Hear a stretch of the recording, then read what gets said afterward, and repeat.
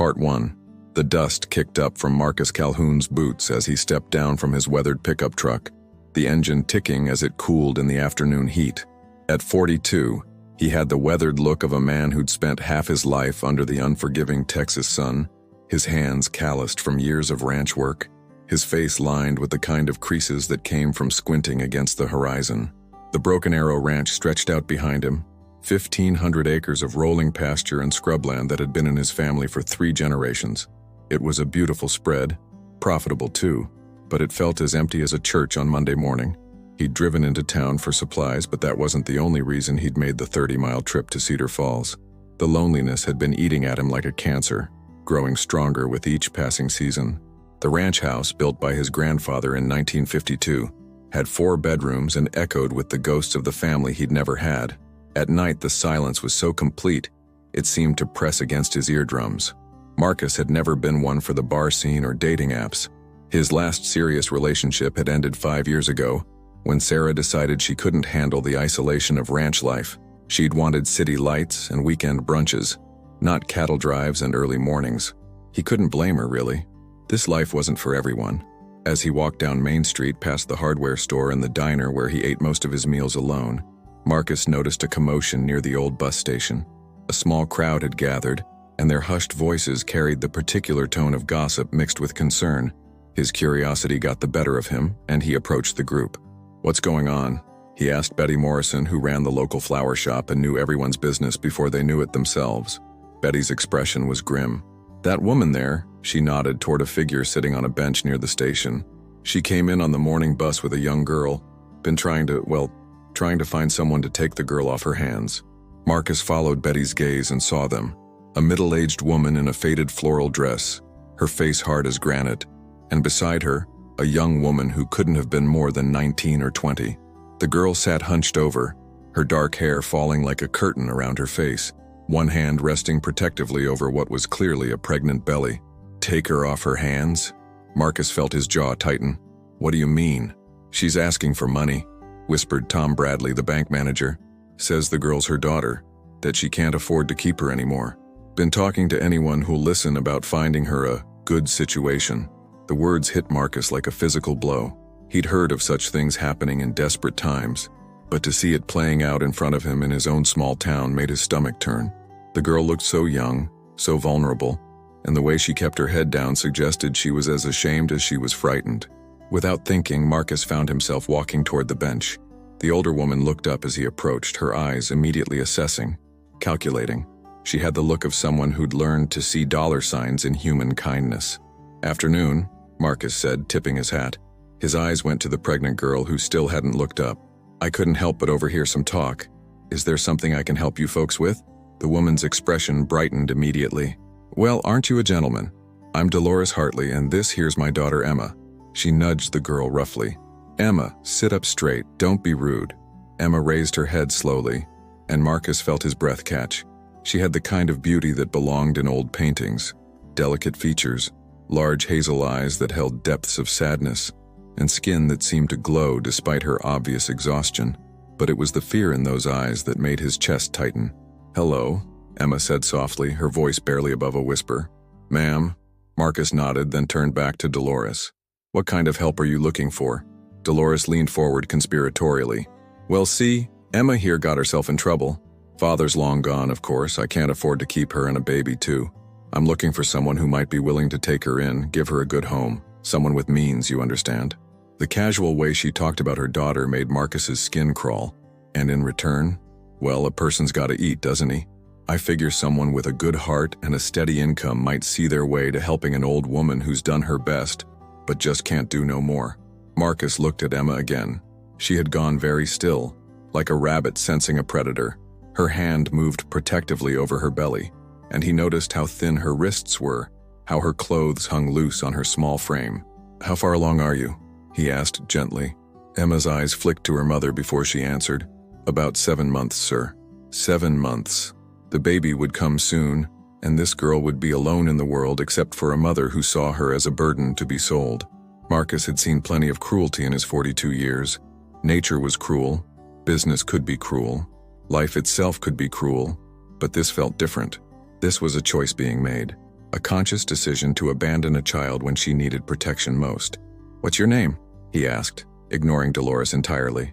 "Emma," she repeated, a little stronger this time. "Emma Hartley." "Emma, have you eaten today?" The question seemed to surprise her. Yes, sir, some." But Dolores cut in quickly. "We had breakfast at the diner. Emma's fine. Just tired from the travel." Marcus could see the lie in Emma's eyes.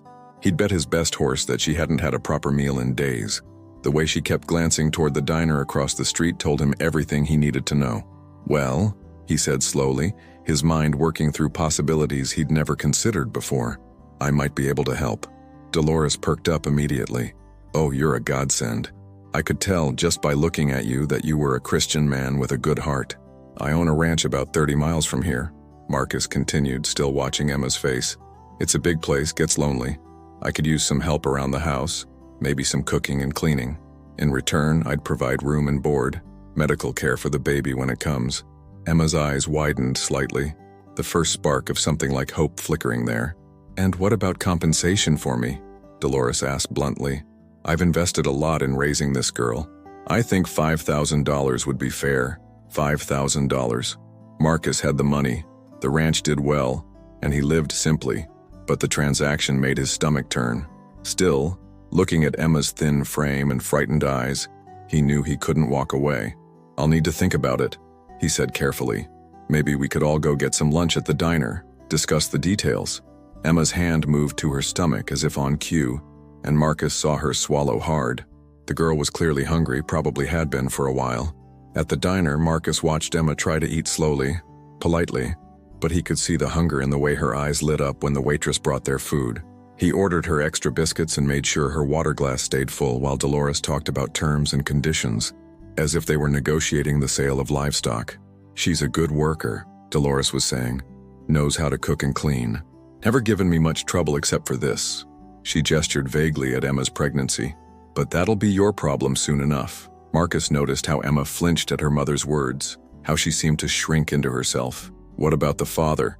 he asked. "Long gone," Dolores said dismissively. "Some boy from school. Said he'd marry her, then disappeared when he found out about the baby. Men," she added with disgust. Emma kept her eyes on her plate, but Marcus saw her hands tremble slightly. There was more to that story, he was sure, but now wasn't the time to press. "I'll do it," he said suddenly, the words coming out before he'd fully thought them through. 5,000, and Emma comes to work for me." Emma looked up sharply. Surprise and something else. Relief crossing her features. "Just like that?" Dolores seemed almost disappointed that the negotiation was over so quickly. "Just like that. But I have conditions." "Such as?" Marcus looked directly at Emma. "This is your choice. If you want to come work for me, fine. If you don't, I'll give you bus fare to wherever you want to go instead. No one's going to force you into anything." Emma stared at him for a long moment as if trying to read his intentions. Finally, she nodded slowly.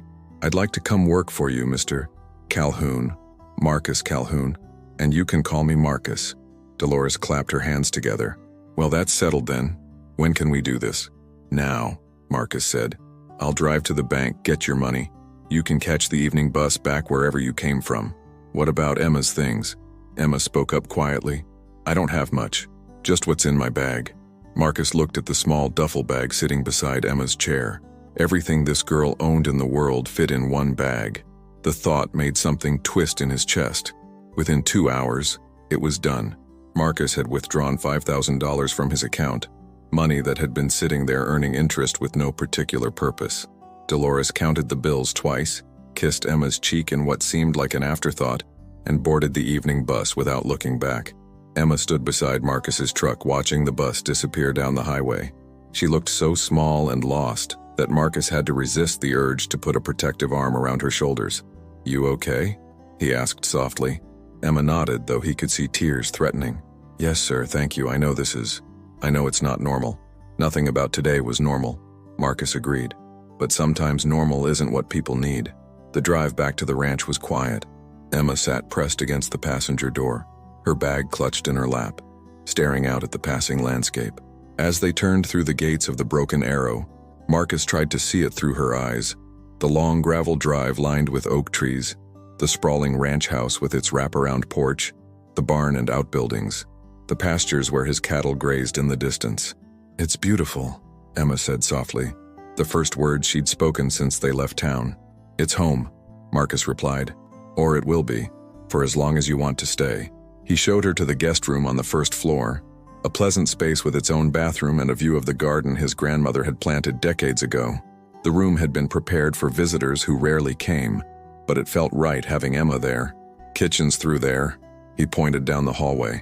"Help yourself to anything you need. I usually eat breakfast around 6, but you don't need to worry about cooking for me until you're settled in." Emma nodded, still clutching her bag. "What would you like me to do, for work, I mean?" Marcus considered. "Honestly, I hired a cleaning service that comes twice a week, and I eat most of my meals in town. I guess I just wanted to get you away from that situation. We'll figure out the rest as we go." For the first time since he'd met her, Emma smiled. It was tentative, uncertain, but it transformed her face completely. "Thank you," she whispered. "I don't know how to thank you enough. You don't need to thank me. Just be safe, rest, take care of yourself and that baby." That first night, Marcus lay in his bed staring at the ceiling, wondering what the hell he'd gotten himself into. He could hear Emma moving around downstairs, the soft sounds of someone trying to be quiet in an unfamiliar place. He'd brought a pregnant stranger into his home, paid $5,000 for the privilege, and he wasn't entirely sure why. But when he thought about those frightened hazel eyes, about the way Emma had instinctively protected her unborn child, he knew he'd do it again in a heartbeat. The next few days established a routine. Emma proved to be an early riser, and Marcus would come down to find coffee already made and breakfast cooking. She was a good cook, better than he'd expected, and she had a quiet way of moving through the house that somehow made it feel less empty. She was also clearly terrified of doing something wrong. She asked permission for everything: to use the washing machine, to make herself a sandwich, to sit on the porch in the evening. It broke Marcus's heart a little more each day. "Emma," he said one morning over breakfast, "this is your home now. You don't need to ask permission to live in it." She looked up from her eggs, startled. "I just don't want to overstep. You've been so kind, and I don't want to take advantage." "You're not taking advantage of anything. You're pregnant and far from home. Let me take care of you." The words hung in the air between them, more intimate than Marcus had intended. Emma's cheeks flushed pink, and she looked down at her plate. "I'm not used to people being kind without wanting something in return," she said quietly. "What do you mean?" Emma was quiet for so long that Marcus thought she wouldn't answer. Finally she spoke, her voice barely audible. "My mother, she's not a kind woman. She's always seen me as something that cost her money, kept her from the life she wanted. When I got pregnant," she trailed off, shaking her head. "You don't have to tell me anything you don't want to." "I want to," Emma said, looking up at him with those serious hazel eyes. "I think you deserve to know what you've gotten yourself into." Marcus poured himself another cup of coffee and settled back in his chair. "I'm listening." "The baby's father, his name was Danny. We were together for about a year. He was sweet, made me laugh, said he loved me." Emma's hand moved to her belly unconsciously. "When I told him about the baby, he was excited at first. Said we'd get married, be a family. But then his parents found out." Marcus felt his jaw tighten. "What happened?" "They didn't think I was good enough for their son. My mother has a reputation in our town, you see. She's been married 4 times and she drinks. A lot. The Weatherbys didn't want their son tied to that kind of family." Emma's voice grew bitter. "So they offered him a full scholarship to a college in California if he'd break up with me and never contact me again. And he took it. He took it." Emma wiped her eyes with her napkin. "Left town 3 days later. Haven't heard from him since." Marcus felt a familiar anger building in his chest, the same rage he'd felt watching Dolores try to sell her daughter. "I'm sorry, Emma. That's not right. When my mother found out Danny was gone, she was furious. Said I'd ruined everything, that no decent man would want me now. She started talking about finding someone who would take me off her hands for the right price." Emma looked directly at Marcus. "That's how we ended up in Cedar Falls. She'd heard about a man there who might be interested, but he wasn't. He wanted things I wasn't willing to give." The implication in her words made Marcus's stomach turn. "Jesus, Emma. So she kept looking, kept traveling from town to town. That's how you found us yesterday." Emma reached across the table and touched his hand briefly. "I want you to know, I was praying for someone like you. Someone decent." Marcus looked down at his hand where Emma had touched it, still feeling the warmth of her fingers. "I've never done anything like this before," Hell, I've never even been married. I'm not sure I know how to take care of anyone. You're doing fine, Emma said softly. Better than fine. That afternoon, Marcus drove Emma into town to see Dr. Patricia Wells, Cedar Falls' only physician. Emma was nervous during the drive, her hands twisted in her lap. What if something's wrong with the baby? She asked. I haven't seen a doctor since I found out I was pregnant. Then we'll deal with it, Marcus said simply. Whatever it takes. Dr. Wells was a no-nonsense woman in her 60s who'd delivered half the babies in Cedar Falls. She examined Emma thoroughly while Marcus waited in the outer office, trying not to pace. When they emerged, Dr. Wells pulled Marcus aside. She's malnourished, she said bluntly. Has been for a while. The baby seems healthy enough, but Emma needs proper nutrition and rest. I'm guessing she hasn't been taking care of herself. What does she need? Good food, prenatal vitamins, regular checkups, and less stress. Whatever situation she was in before, it wasn't good for her or the baby. Marcus nodded grimly. She'll get whatever she needs. On the drive home, Emma was quiet again. Finally, she spoke. The doctor said the baby's due in about 8 weeks. That's good news, right? Everything's healthy? She says so. Emma paused. Marcus, what happens after the baby comes? I know you didn't sign up to have a newborn in your house. Marcus had been wondering the same thing, but looking at Emma's worried expression, he found his answer. We'll figure it out. You're not going anywhere unless you want to. That evening, Emma insisted on cooking dinner despite Marcus's protests that she should rest. She made pot roast with vegetables from the garden, and they ate on the back porch watching the sunset paint the sky in shades of orange and pink. Tell me about the ranch, Emma said, settling back in her chair with her hand on her belly.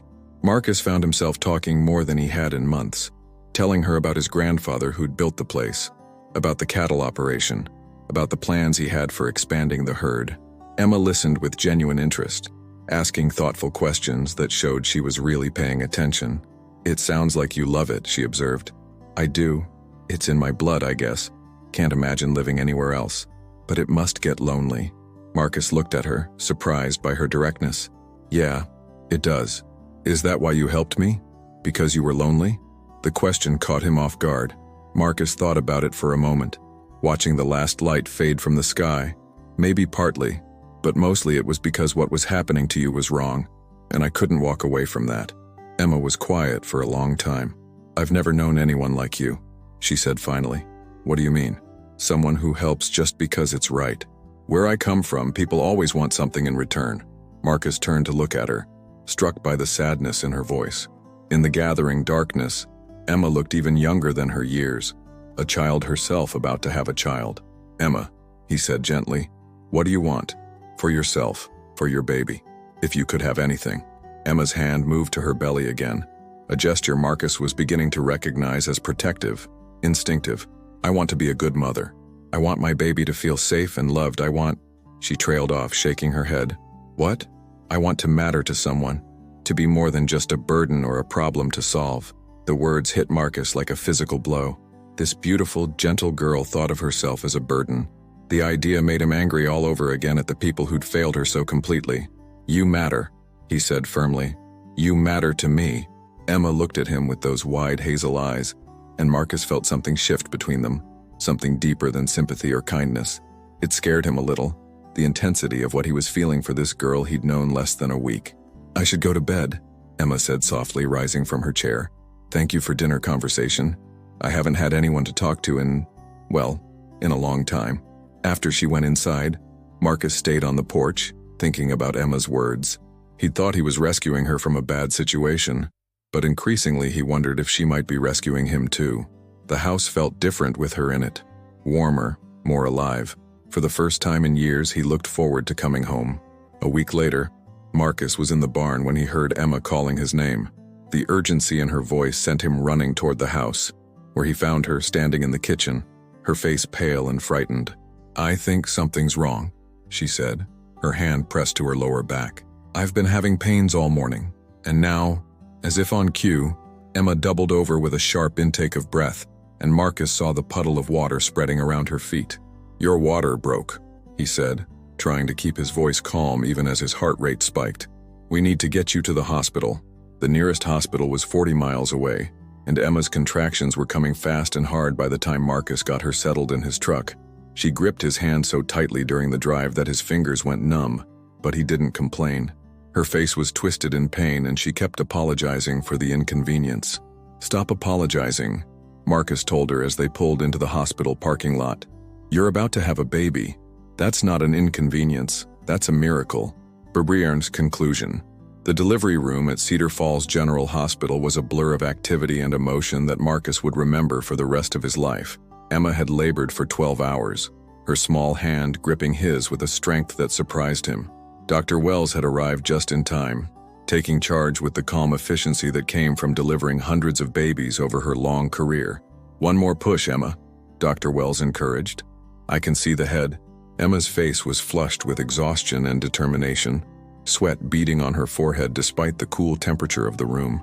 She looked at Marcus with those hazel eyes, now bright with pain and effort, and he felt his heart clench with something deeper than he'd ever experienced.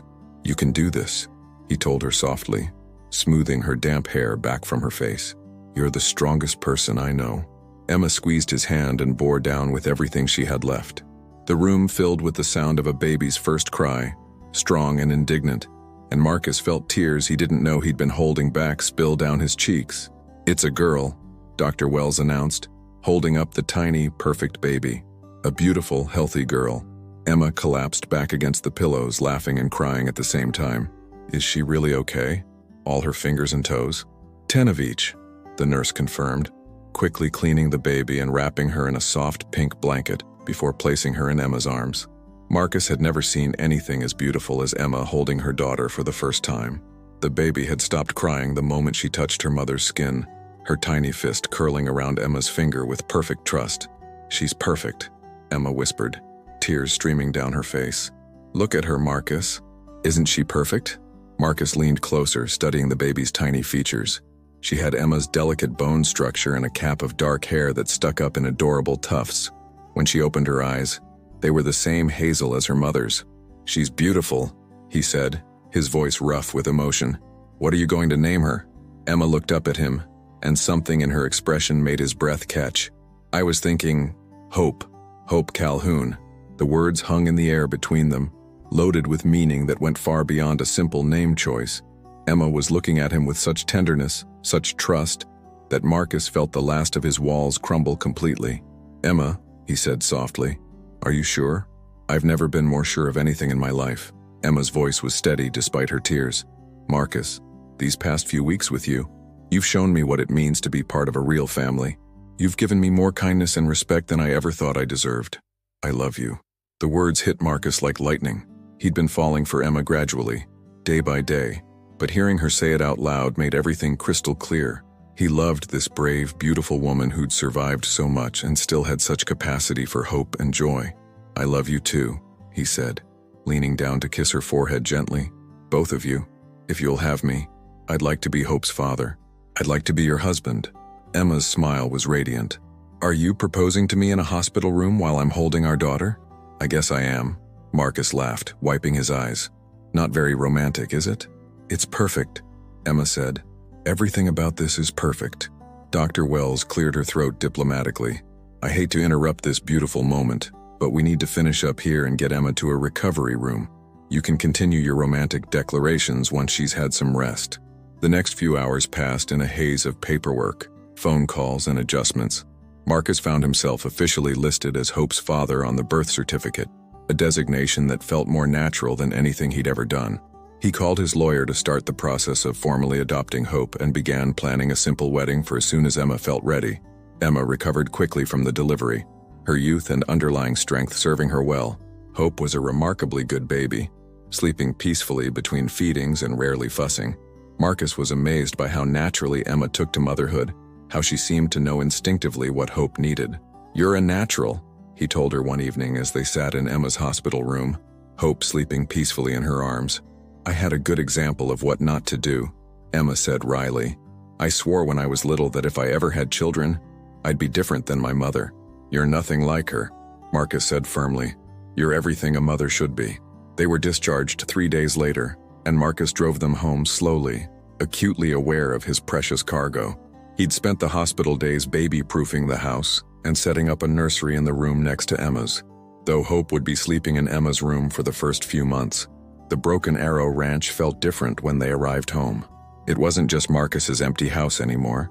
It was a family home, filled with the sounds of a baby's soft breathing and Emma's gentle humming as she moved through the rooms. Marcus threw himself into his new role with the same dedication he'd always shown the ranch. He learned to change diapers and warm bottles to recognize the difference between Hope's hungry cry and her tired cry. He read parenting books with the same thoroughness he'd once applied to cattle breeding guides. Emma watched his transformation with wonder and growing love. This man who'd been a stranger just weeks ago was now the center of her world, showing more tenderness toward her daughter than Hope's biological father ever would have. "She's going to be spoiled rotten," Emma teased one morning, finding Marcus in the nursery at dawn, having heard Hope's first stirrings on the baby monitor. "Good," Marcus said, not looking up from where he was changing Hope's diaper with careful precision. "Every little girl should be spoiled by her daddy." The word daddy came so naturally from his lips that Emma felt her heart overflow. This was what she'd dreamed of during those long, frightening months. Not just safety and security, but real love, a real family. They were married 6 weeks later in the little church in Cedar Falls, with Dr. Wells serving as Emma's matron of honor and Tom Bradley from the bank as Marcus's best man. Emma wore a simple white dress that showed off her figure, now recovered from pregnancy, and carried a bouquet of wildflowers from the ranch. Hope slept peacefully in the front pew in her carrier, occasionally making soft baby sounds that made the small congregation smile. Pastor Williams, who'd baptized Marcus as a baby, performed the ceremony with tears in his eyes. He'd watched Marcus grow up alone on that big ranch, had worried about him spending his life in solitude. Seeing him now, glowing with happiness as he looked at his bride and baby daughter, felt like witnessing a miracle. "Marcus," Pastor Williams said during the ceremony, "do you promise to love and cherish Emma, to be a faithful husband and devoted father, for as long as you all shall live?" "I do," Marcus said, his voice strong and sure. "With everything I have." "Emma, do you promise to love and honor Marcus, to be a faithful wife and devoted mother, for as long as you all shall live?" "I do," Emma said, tears of joy streaming down her face. "With all my heart." When they kissed to seal their union, Hope chose that moment to wake up and let out a loud, happy gurgle that made everyone laugh. It was as if she was giving her approval to the proceedings. The reception was held at the ranch with tables set up on the back lawn under strings of lights Marcus had hung in the oak trees. The whole town seemed to have turned out, bringing covered dishes and congratulations. Emma had never felt so welcomed, so accepted. These people who'd been strangers just months ago now felt like family. Betty Morrison from the flower shop pulled Emma aside during the reception. "Honey," she said, "I hope you know how special what you two have is. I've lived in this town for 60 years and I've never seen Marcus Calhoun smile the way he does when he looks at you and that baby." Emma followed Betty's gaze to where Marcus was standing with a group of ranchers, Hope in his arms, showing her off with obvious pride. As if sensing her attention, he looked over and winked, making Emma's heart flutter like a teenager's. "I know," Emma said softly. "I know how lucky I am." "Lucky has nothing to do with it," Betty said firmly. "You two found each other when you needed each other most. That's not luck, that's providence." As the evening wound down and the last guests departed, Marcus and Emma found themselves alone on the porch with Hope, who was wide awake and studying the stars with serious baby concentration. "Mrs. Calhoun," Marcus said, testing out the name. "I like the sound of that," Emma said, snuggling closer to him on the porch swing. "Emma Calhoun, Hope Calhoun. We're really a family now. We were a family the moment you walked into our lives," Marcus said, pressing a kiss to the top of her head. "The paperwork just made it official." Hope chose that moment to reach up and grab Marcus's finger, holding on tight with her tiny fist. The simple gesture made both her parents smile. "What do you think she'll be when she grows up?" Emma asked, watching their daughter with soft eyes. "Whatever she wants to be," Marcus said firmly. "Doctor, lawyer, rancher, teacher. Doesn't matter to me as long as she's happy and knows she's loved." "She'll know," Emma said with certainty. "Look how you are with her already. She's going to grow up thinking all daddies love their daughters this much." "They should," Marcus said simply. As if summoned by their conversation, Hope began to fuss, the tired cry that meant she was ready for her evening feeding. Emma rose to take her, but Marcus shook his head. "I'll do it," he said. "You've had a long day, Mrs. Calhoun. Time for you to rest." Emma watched him carry Hope into the house. This man who'd become everything she'd never dared to hope for. 6 months ago, she'd been a frightened girl with nowhere to turn, being sold by her own mother like livestock. Now she was a wife, a mother, part of a real family built on love and respect. Later that night, as Emma lay in the master bedroom that was now truly hers, listening to Marcus give Hope her bottle in the nursery next door, she thought about the miracle of how her life had changed. She'd named her daughter Hope, because that's what Marcus had given her. Hope for a better future. Hope that she could be more than her circumstances. Hope that love really did exist. The baby monitor crackled softly with the sound of Marcus's voice as he sang Hope a lullaby, the same cowboy song his grandfather had sung to him. Emma smiled in the darkness, her hand resting on her stomach where she was already beginning to suspect another miracle might be growing. Tomorrow she would tell Marcus about her suspicions. Tomorrow they would start planning for the addition to their family. But tonight she simply lay in the peaceful darkness of her new home, listening to her husband sing their daughter to sleep, and marveled at how completely her world had changed. The Broken Arrow Ranch was no longer empty or silent. It was filled with laughter and baby sounds, with the warmth of a family that had found each other against all odds. Marcus had bought a pregnant woman to save her from a terrible situation. But in the end, Emma and Hope had saved him just as much. Outside, the Texas wind whispered through the oak trees, carrying with it the promise of all the tomorrows yet to come for the Calhoun family. And in the nursery, Hope Calhoun slept peacefully in her father's arms, dreaming baby dreams in the safety of a love that would last forever.